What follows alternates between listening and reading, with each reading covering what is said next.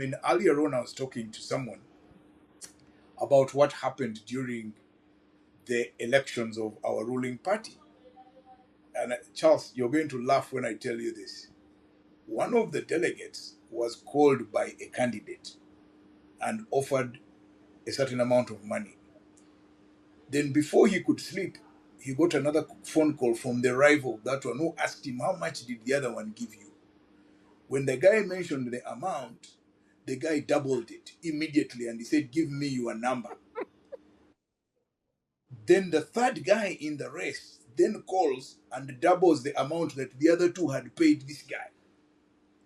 And the guy who had spent a bit of his own money coming from a rural area to come for the delegates conference was suddenly so cash rich before he could even get the allowance from the ruling party for coming to the meeting. And he was saying, "What the hell is going on?" And it was more than three times what he was going to get as his allowance. Now, unfortunately, if you have political leaders who behave like that with public money, the fiscal discipline you're asking about will not happen. Those types Yeah. of people cannot build the type of dam that the Ethiopians have built. Now, the problem is that people are going to look across to Ethiopia because by the way, one of the things Ethiopia is saying is we can sell you power now. And we are on their grid in Uganda, so they can sell us. So Ethiopia, people can say, but wait a minute, if the Ethiopians can do that with money from their own people, why are you taking taxes from us and you're not paying? There at the store, whether you believe it or not, you may be too cynical to believe this, but there will be a rebellion. It may not be organized, it may not be one that removes the existing government, but the population will not simply accept this kind of thing. I kid you not. So I think that us guys who get involved in public debate, me and you guys, we actually need to put this issue now center of the public discussions and help the African population understand that it is possible for your money to be put to a greater social good that can develop the country. Ethiopia has demonstrated it. We can do this. Why is it that Ethiopia is the only one that runs a viable airline? The rest of us are having to fund these airlines because of corrupt tendencies by the establishment diverting aircrafts, employing their relatives who have no clue what they're doing in the airline. So these are things that whether we the greatest contribution we talking heads can make is to keep this subject front and center of public Bob, discourse. We should you're right, but I think what I see happening is that we'll have a two or even a three-track Africa.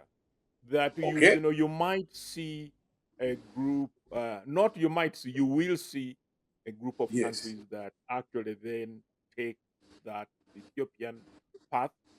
Mm, You'll see the holdouts who will mm, uh, who will uh, who will uh, who will fall behind mm. that because you will see populations, there are certain populations that have been traumatized by corruption and Yes. and excesses. There is absolutely no way I Hmm. for I don't want to mention there is nothing some African governments can do to Yes. to get people to accept Yes. to buy infrastructure bonds. Yeah. Uh, True. they would probably have to pay them a return ahead of time before they can. But they Yes. are those that actually will.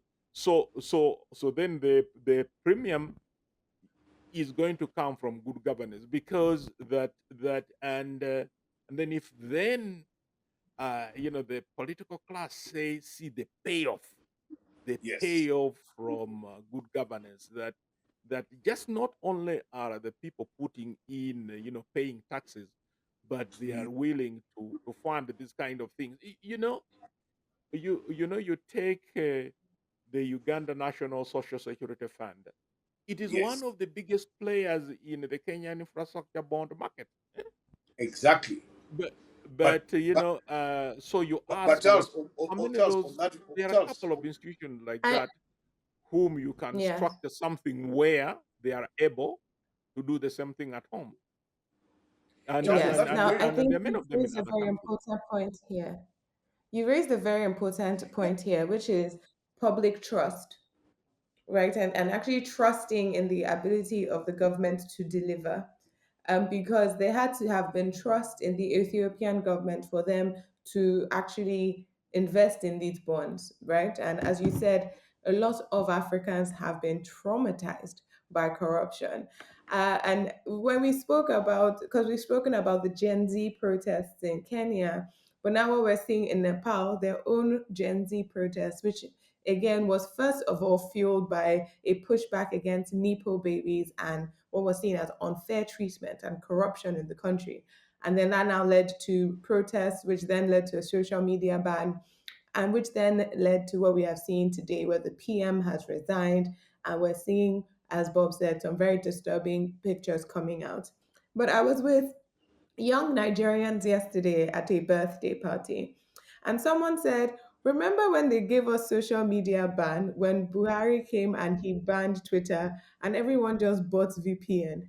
We didn't even fight him.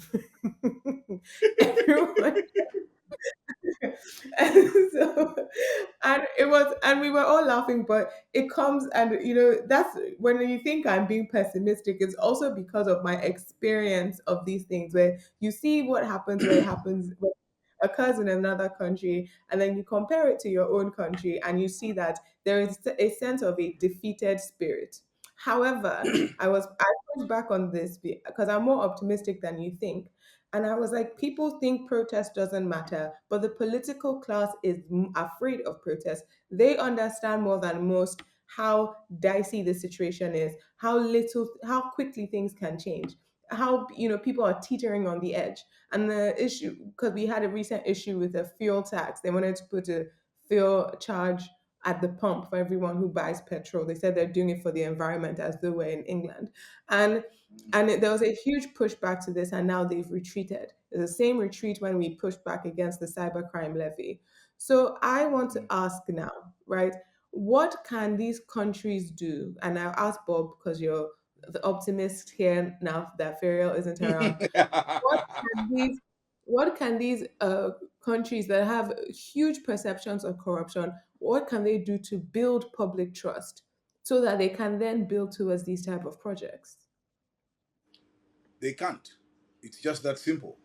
They can't because because of the very nature of the way the politics of those countries is constructed and the political elite that are invested in that process.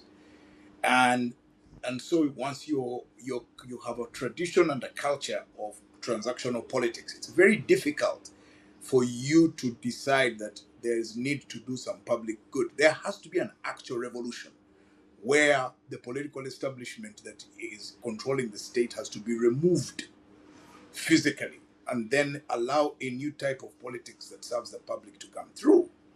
So I don't expect that all of a sudden something will happen in Nigeria and or in Uganda or Kenya and these guys who are uninterested in transparency suddenly become transparent. No, they will have to be removed, and they will be removed by the process of history. Either they, their hold on power becomes untenable and they implode, or a simply angry population just can't put up with the way life is and they chase them out of town. That is something that you need to look at. But let's go back to your VPN example. And for me, it's a fantastic example at this one. We may dismiss or we may think that when people work around bad governments, it comes to nothing. I actually think it comes to something. It is that they find spaces where what they're trying to do cannot be stopped. But over time, what they are doing on the periphery at some point becomes the mainstream.